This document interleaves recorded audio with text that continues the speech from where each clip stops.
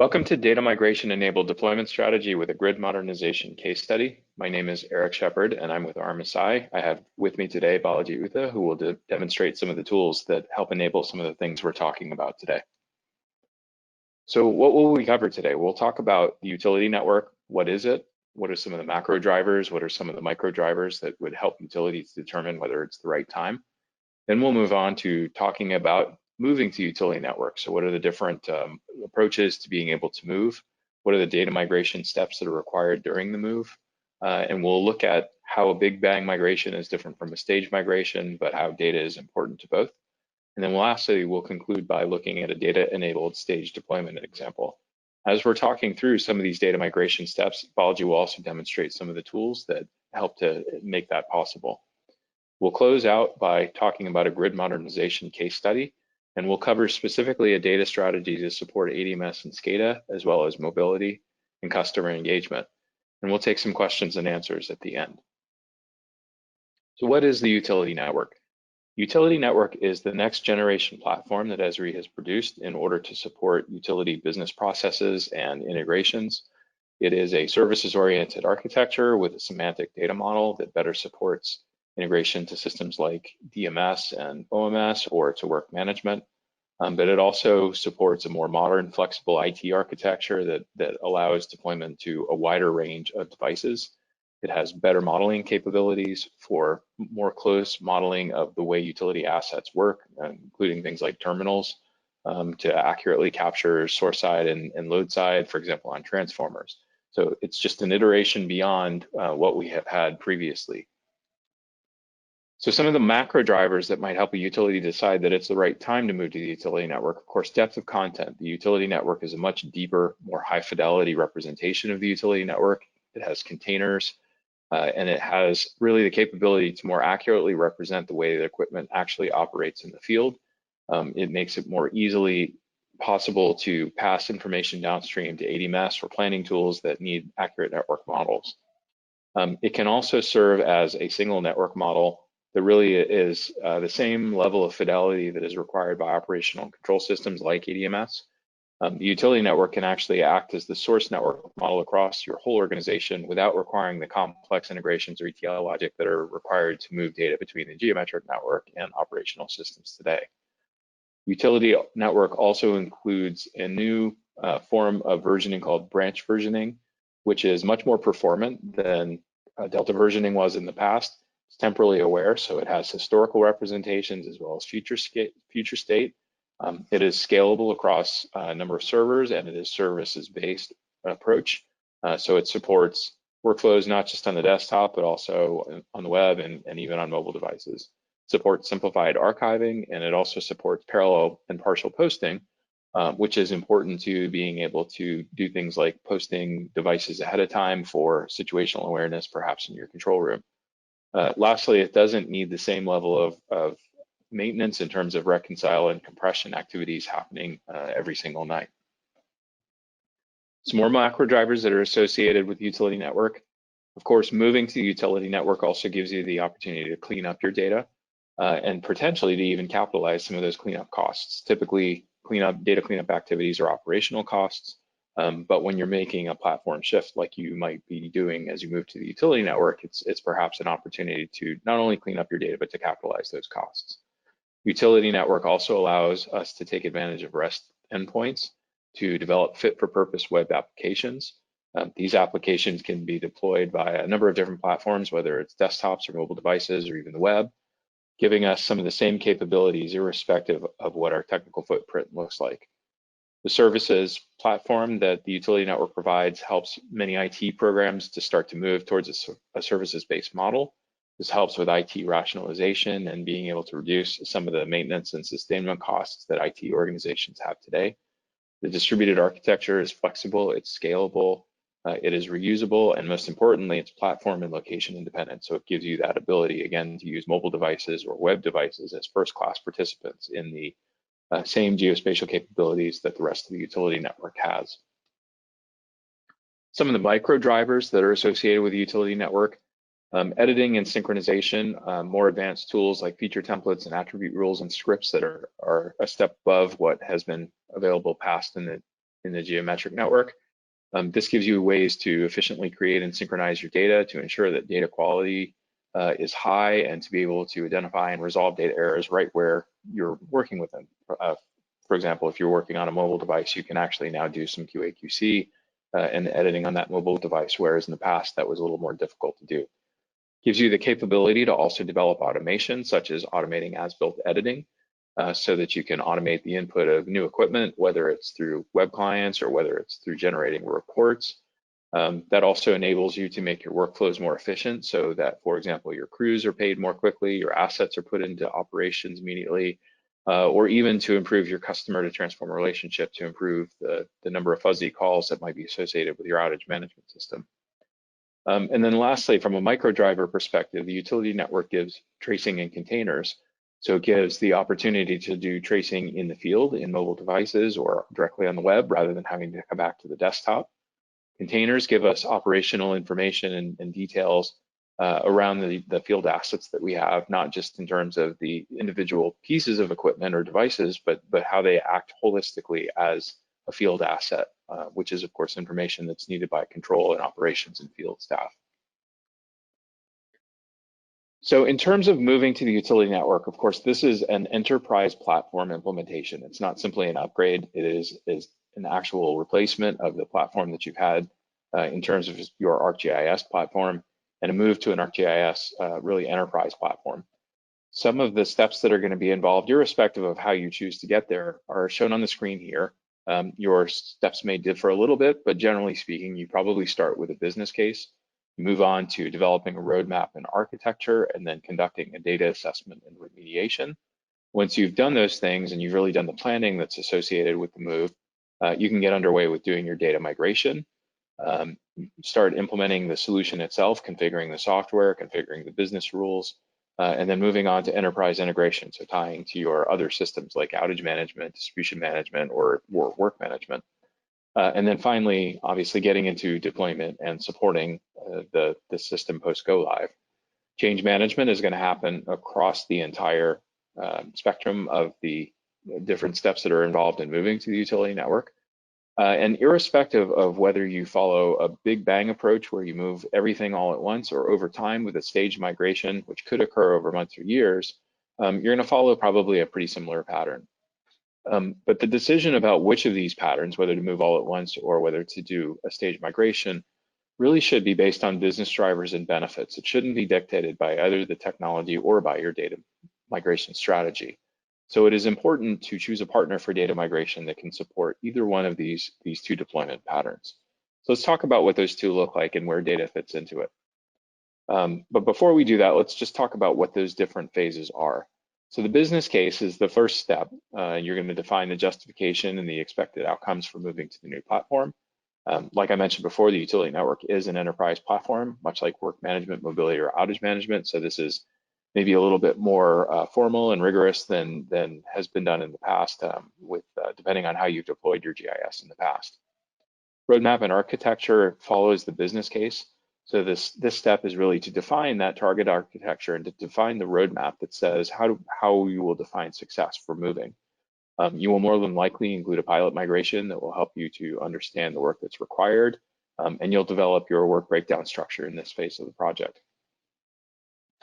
Of course, you will do some level of data assessment as part of the pilot migration, but following the pilot migration, it is a best practice to do a complete data assessment across the entire database in order to understand what issues you might have in your database and to develop a plan to remediate any of those data issues.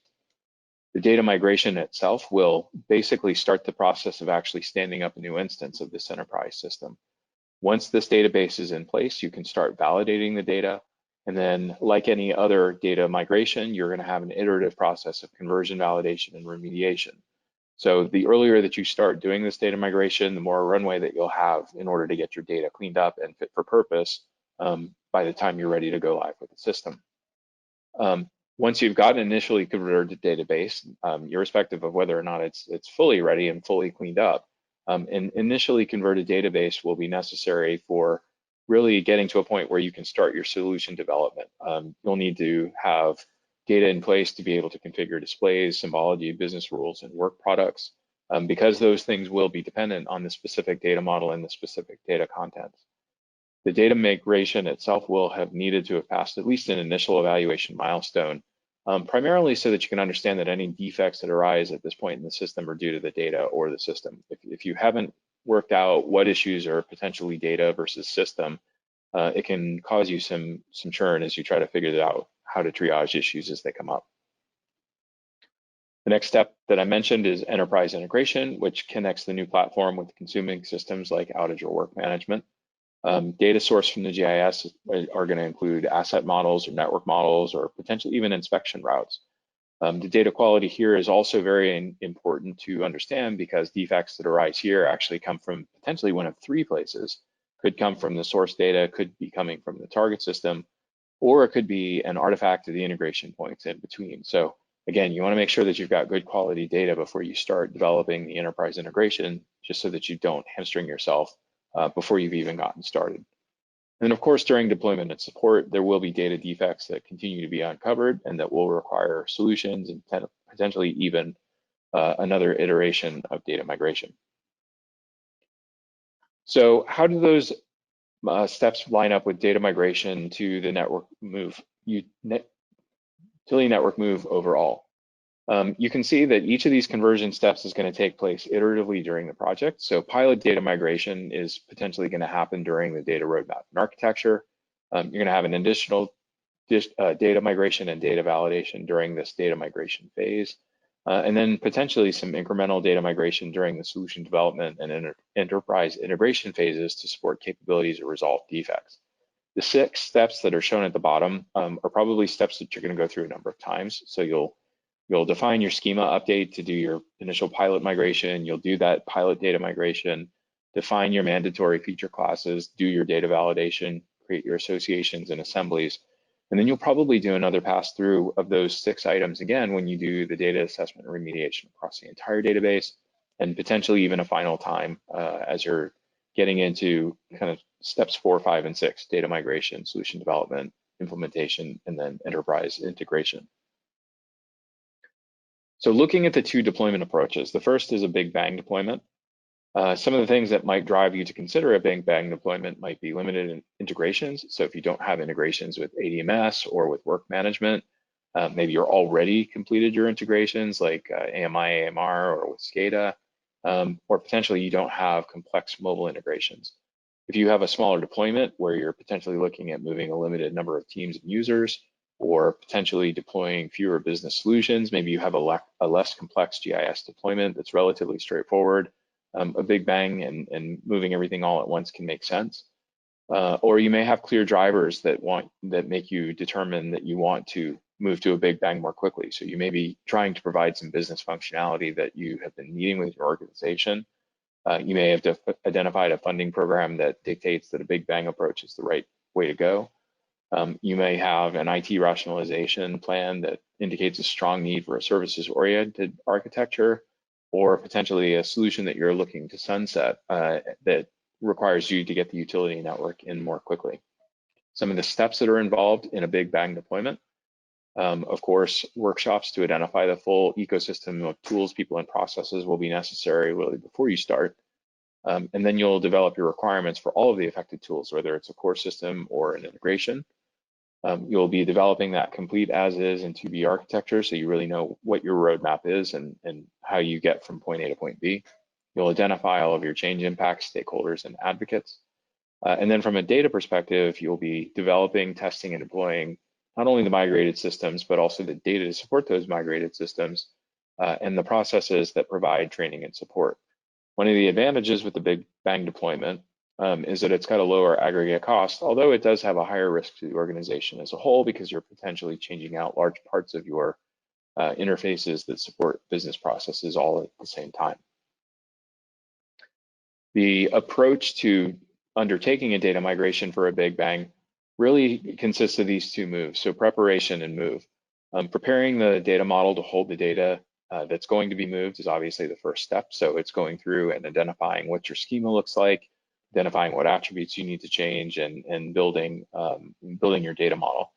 Assessing the readiness of the data to be moved is the next step, so that corresponds to the data readiness assessment, and the idea is to correct errors in the source system. You don't want to move errors across to your new system. One of the things that is important to do is to move to the utility network in as automated an approach as possible. There are a couple of things that you gain by doing this. One is that you avoid manual intervention and errors. The second being that it gives you a repeatable process for iterative migration. And then finally, it gives you a way to have measurements for KPIs. So I'm going to hand it over to Balaji to demonstrate the readiness assessments and migrations tools that RMSI uses to achieve the moves that I've just talked about. Thank you, Eric. Data readiness assessment. There are two types of data readiness assessment will be performed. One is a data model assessment and the other the data quality assessment. First, on the data model assessment. In this step, we use our solutions to compare the utility's existing geometric network model to the proposed utility network model. Depending on the circumstances, this may be against the standard UN model for the utility type, or it could be a custom model based on an asset package we define. This assessment will be performed in 3 stages. The first stage is the feature class assessment. The feature classes of the source GDB and asset group asset type of the target utility network GDB are compared. Wherever there are mismatches, manual intervention is required to map between the source and the target. This exercise will be done for all the feature classes that are available in the source GDB. So here, as you can see, I'm trying to map between the source and the target. Once this is done, we will move on to the field assessment. The field assessment is the comparison of the field availability between the source geometric GDB and the target UN GDB. Again, the manual efforts will be required for the field mismatches.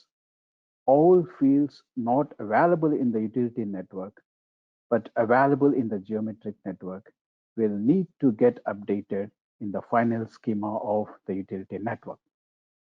Here, we have observed some of the fields that are there in the source, but not available in the target. They're trying to get mapped. So this process will be done for all the fields. This is also possible.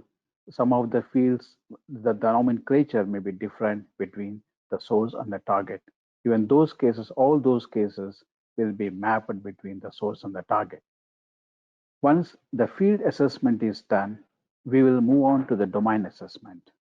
In the domain assessment, the comparison of the domain availability and the domain ranges between the source and the target will be done. Few of the mismatches will be manually updated by the user through the data model tool. All these comparisons will then get listed out in a spreadsheet, which is a data mapping sheet. Mapping sheet is used in both the assessment and the migration. Final assessment sheet has asset group or asset type and the subtype availability, the availability of the fields, domains, data type mismatches between the source and the target. A summary report will also get generated.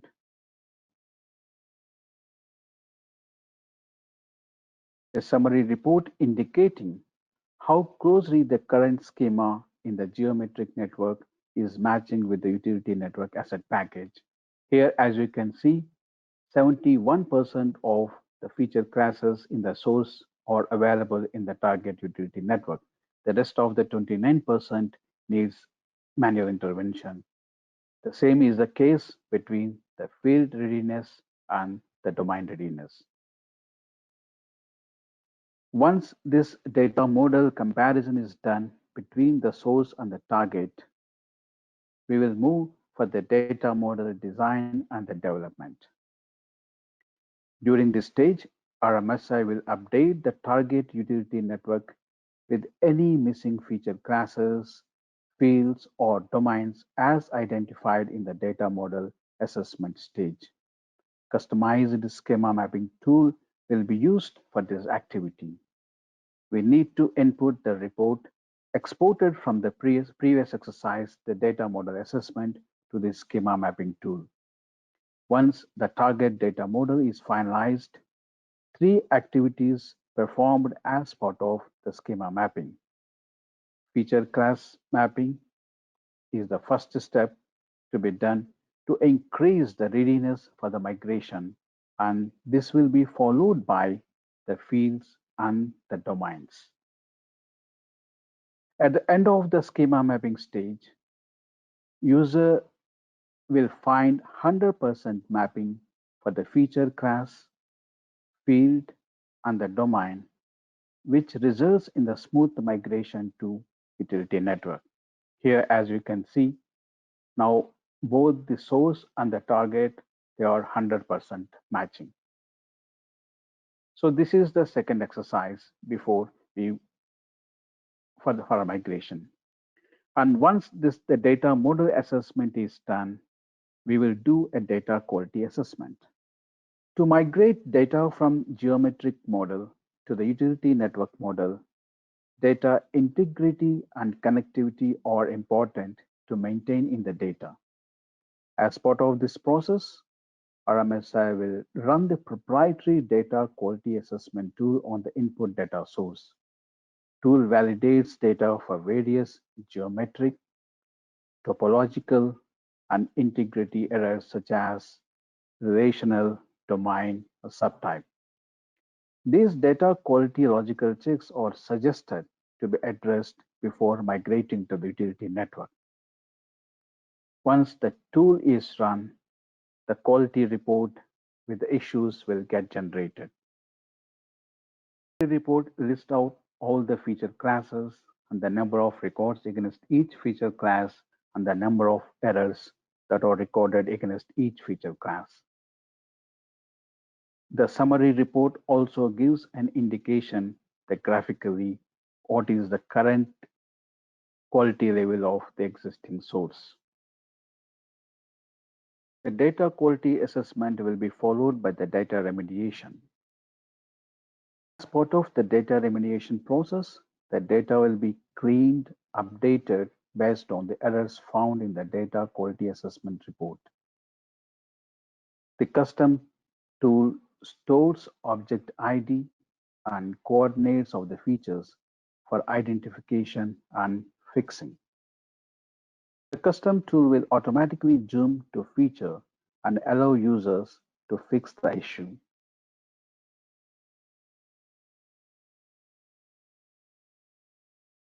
As part of this data cleanup, user navigates to each and every error and fixes all the errors identified in the data quality assessment report. So this completes the data quality assessment and also followed by the data remediation. So once the data model assessment and the data quality assessment and recommended remediation steps are done, we will move on to the data migration. Data migration tool requires the geometric network database and the schema mapped utility network database as inputs. Upon successful migration, data will be migrated to staging database, which is replica of the target database. The staging database set with all the business rules, feature relationships, feature symbology, which are same as the target database. The migration tool take the data from the geometric network to the utility network through various stages. The first is the migrate. Migrate data from the GN to the UN as per the utility network data model. And this will be followed by the create association and assemblies. The utility network has new relationships and associations among the assets. These tools facilitate creating those relationships, and this will be followed by the terminal configurations. In the utility network, terminal configuration has a directionality setting in which way the resource flows. At this stage, tool will update the terminal values for devices feature classes of high and low connectivity terminals in the C association tables. The successful completion of all the activities resulting in creating a staging database in the utility network model.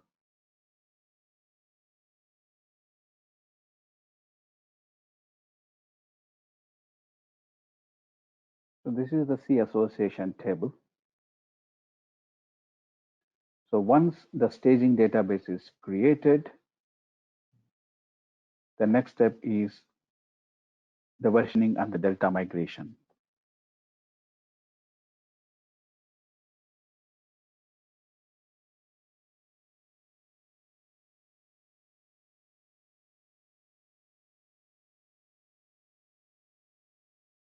Our tools can migrate existing versions of GN to the target UN model. The delta updates, which are the edits which are made between the cutover and the final data cut, can also be addressed. Using RMSI custom tools, these activities will be performed for the smooth migration of geometric data to the utility network model data. So this completes the presentation part of the UN migration. Back to Eric.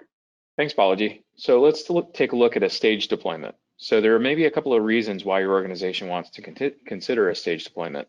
You may have a large deployment. It could be an expensive process to move to the utility network, and you could be impacting many different parts of the organization.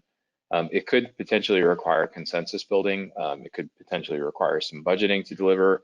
You may have varying politics within different parts of the organization, and it may be something that is going to take a significant amount of time. So staging it out could potentially make some sense. You may also having an evolving benefits business case. The transformation is potentially going to have many wide-ranging benefits, such as a services approach, higher fidelity data, a single network model, or even business integration, the ability to adopt mobility, and so forth. It can be complicated to assemble this business case, and the benefits may be evolving over time. The timing of the needs to meet the benefits might also be variable. You may also have a defined roadmap. Potentially your utility has a planned work program tied to a rate case submission. The existing rate case and roadmap must come together with the transformation in order to achieve success within the utility. Some other drivers for a stage deployment, potentially just the funding model itself of being funded by the rate case may drive a utility to adopt portions of the work over time. You may be trying to fit into an existing rate case, or you might be trying to tie to a new supplemental submission or even a new cycle. You may have a need to move to a number of different integration points. For example, rebuilding the integration to ADMS, which could potentially be expensive and risky.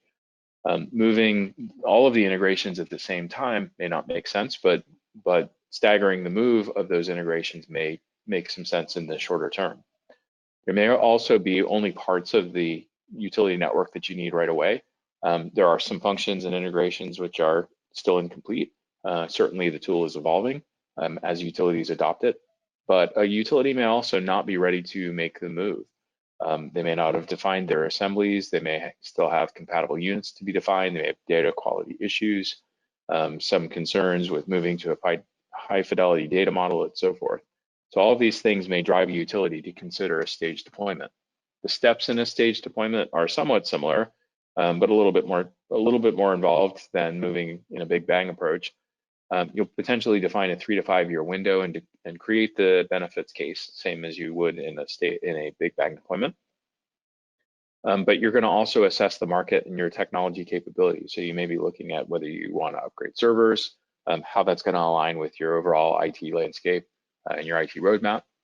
You're going to create the plan for your data, and you're going to align your existing roadmap to the technology move in order to reduce your cost. You'll also be looking at a method for staging and synchronizing data in order to maintain both your legacy and your target state databases. And you may need to define what's remaining, what are still outliers when you've completed your roadmap, or at least the first pass of your roadmap. You'll have to timeline your movement, and then you'll be planning for outliers, and then really kind of cycling through and repeating some of these steps. The key advantage to a stage deployment is that it is a lower cost and a lower risk potentially, but it also might be a little bit more decentralized and requires a bit more planning in order to execute seamlessly. In terms of the data migration steps to move to the utility network, some of the same steps apply. So you're still going to be preparing your database and moving your tools. However, you may not be doing all of your moves at one time. And staging the data between a legacy geometric network and a new utility network also allows you to repeat your move of data several times as you get the data correct and clean. It can support continued operation of workflows and interfaces in the legacy system, and even potentially allow the new system to support new workflows and new interfaces. So Balaji is going to take us through a demonstration of the twin bidirectional synchronization that would support this. Balaji? Yeah, thanks, Eric. RMSI envisions that even after completing migration to the utility network, utilities will still need to facilitate operations such as integrations through the geometric network. To achieve these goals, RMSI has developed a process to synchronize data between utility networks and the geometric networks. These processes are easily configurable, scalable, and expandable. As you can see, this is the tool, and it has the capability to configure the input utility network database and the source database. And also, the versions of the utility network can be synchronized with respect to the respective versions of the source network. And also, it has got the provision to select only the required feature classes that we want to synchronize between utility network and the geometric network. And all the updates which happen between the dates can also be selected and synchronized with respect to the utility network. And now we try to show a data. Here, as you can see, the right side is the geometric network before the synchronization, and the left side is the utility network. And there are some edits. As you can see, some of the edits of the utility network are not currently available in the source geometric network. Once we run the twin module, all these edits which happen in the utility network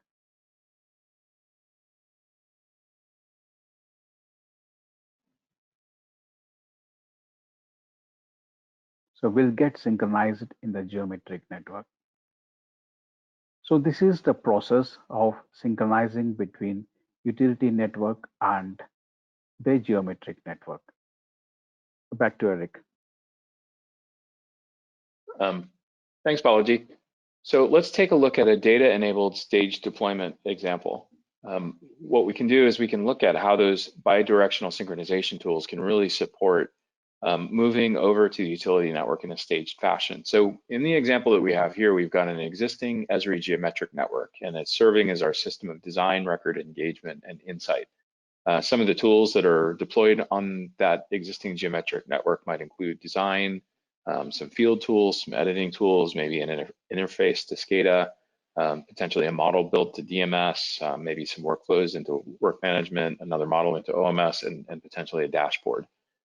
So we're going to start with an existing Esri geometric network database, and we're going to start obviously with the data assessment and remediation steps that we talked about earlier. And the output of this step is going to be a new Esri utility network database. So as we go through and we execute that, we've got the new Esri utility network, potentially doing some data assessment and remediation, and then finally resulting in a system of design, system of record within the Esri utility network. Once we've deployed solutions that allow the utility network database to become those new systems of design and system of record, The legacy geometric network is going to remain our system of engagement and insight in this example, so you can see that it's grayed out on that side. The next step would be really to enable bidirectional synchronization to allow edits to flow back and forth that will support federated workflows.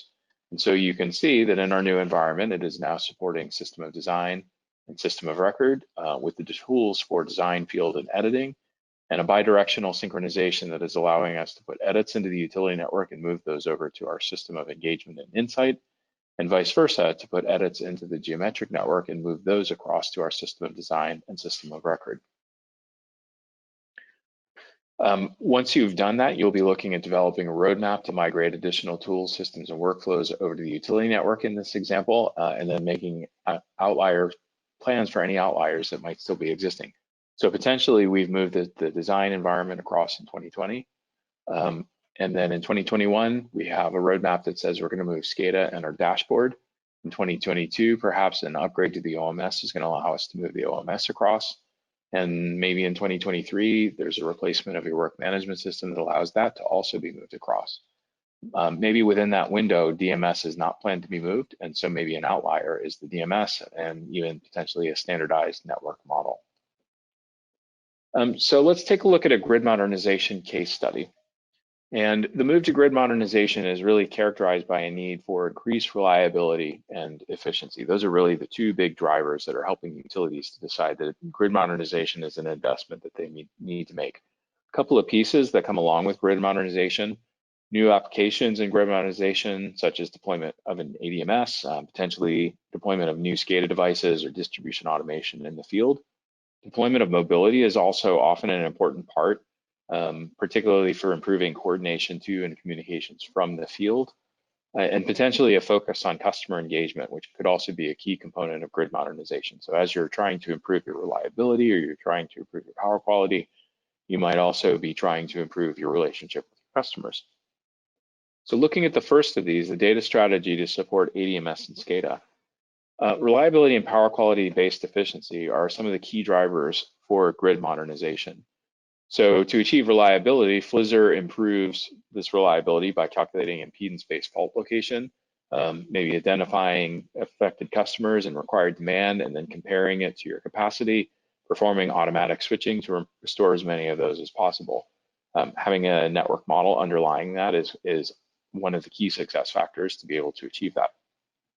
From a power quality perspective, volt-var optimization improves power quality by providing voltage regulation within the substation as well as on the lines through voltage regulators, as well as automated amperage injection from capacitors to improve power factor, overall reducing potentially your line losses. Both of these are going to make use of a power flow model that's using data derived from the GIS, which is much more straightforward to produce once you've gone through and built the utility network with its higher fidelity data model. Deployment of FLISR and VVO and deployment of SCADA to support them are going to be done circuit by circuit to achieve specific benefits, and that really aligns well with a data migration strategy to support these applications also being cleaned up incrementally, potentially by circuit, to identify a small area, to identify the needs that are required to do the cleanup before a costly field collection is undertaken to improve that data quality. From a mobility perspective, mobility is, as I mentioned, a major enabler for grid modernization. One of the key factors with this is getting timely information from the field about the status of work, whether it is based on unplanned outage restoration or based on planned outages for maintenance work. That is going to be key. Direct feedback from the field on asset inspection, maintenance, and condition is also important to populate models for OMS and DMS. So getting your updates back in a timely manner from the field, whether it's updating after a storm or potentially updating input from work orders, is really critical to get your models current. Moving off paper maps is a significant part of the effort, helping to mobilize the workforce, but also helping to integrate mutual aid end-to-end into processes and tools that are needed for supporting storm restoration. The ability to deploy mobile technology is going to depend on the data migration strategy. And most important, acceptance of the mobile tools is often going to be based on data quality and a data validation strategy really needs to take this into account. If we look at customer engagement, customers are now becoming key stakeholders in grid modernization. They expect current, complete, and correct information about outage restoration. There have been some studies that even show that customers are more concerned about getting information right than getting their power back on. They also expect good information about their cost of service, and they expect to have input into the dialogue for rate making. Utilities can start to build trust by ensuring that outage causes and restoration timelines are communicated. And this also requires a good connectivity model with customers accurately connected to your transformers. Utilities can, again, take a staggered approach to deploying customer engagement by making use of poorly performing circuits to build a data conversion strategy that targets the biggest benefit first. The key is improving customer connectivity to achieve improved ability, by achieving improved ability to know which customers are out. This again can also be done incrementally, starting with a pilot and expanding outwards. So in summary, the move to utility network is not just an upgrade, it is a full platform refresh and an implementation of a new enterprise system. It has advanced capabilities to support new user experiences, a services-oriented architecture that supports IT rationalization and expansion of advanced analytics to a wider audience beyond just the desktop. The choice of a deployment strategy, whether to accomplish it all at once or over time, really should be tied to business benefits and not predetermined as a consequence of the technology or of the data migration. Data migration is a very significant part of the utility network move, and it really needs to be fully integrated into the complete methodology, irrespective of which of these two methodologies is potentially chosen. And this case study of grid modernization has illustrated how the approach to data conversion is integral to the move, and how it can be important in driving success or failure. So we appreciate your time today, and we appreciate your attention.